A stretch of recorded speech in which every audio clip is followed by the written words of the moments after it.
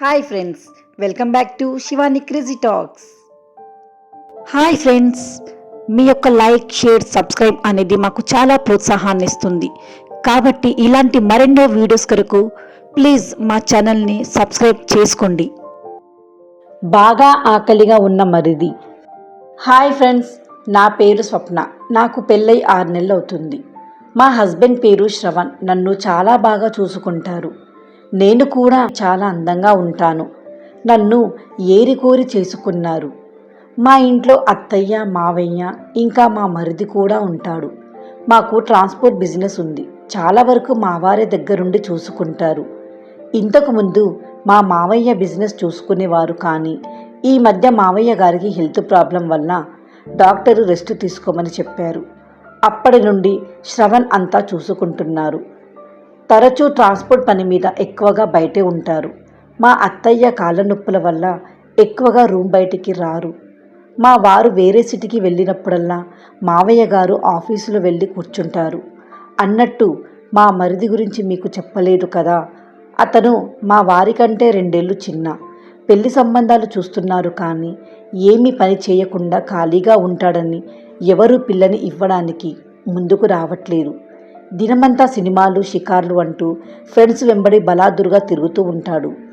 ప్రతిరోజు సాయంత్రం కాగానే మందు తాగి ఇంటికి వస్తాడు. అత్తయ్య, మావయ్య ఎంత చెప్పినా అసలు పట్టించుకోడు. మా వారు కూడా తరచూ అతన్ని మందలిస్తూ ఉంటారు. తనతో పాటు పనికి రావచ్చు కదా అని బ్రతిమిలాడుతూ ఉంటారు.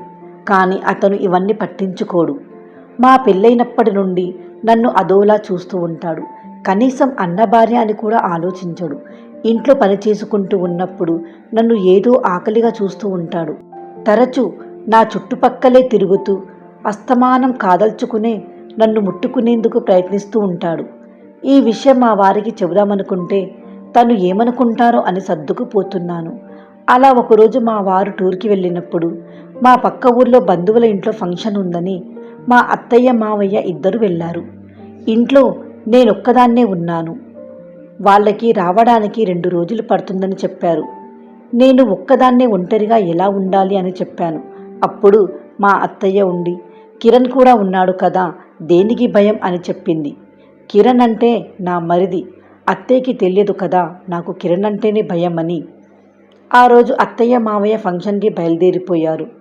నేను ఇంటి పనులు పూర్తి చేసుకొని నా రూమ్లోకి వెళ్ళి బెడ్పై ఉరిగాను. నాకు ఎప్పుడు నిద్ర పట్టేసిందో తెలియదు. ఒక మధ్యరాత్రి నా నడుముపై ఏదో పాగుతున్నట్లు అనిపించింది. ఒక్కసారిగా మెలకువ వచ్చి లేచి చూసేసరికి పక్కన కిరణ్ పడుకుని ఉన్నాడు. తాగిన మత్తులో తను ఏమి చేస్తున్నాడో తనకి తెలియట్లేదు. నేను లేచి బయటికి వెళ్ళడానికి ప్రయత్నించాను, కానీ తను నా చెయ్యి పట్టాడు. నేను ఎంతలా విడిపించుకోవడానికి ప్రయత్నించినా తను నన్ను వదలకుండా గట్టిగా తన కౌగిట్లో హత్తుకున్నాడు. నేను ఎన్ని విధాలా ప్రయత్నించినా తన పట్టును విడిపించుకోలేకపోయాను.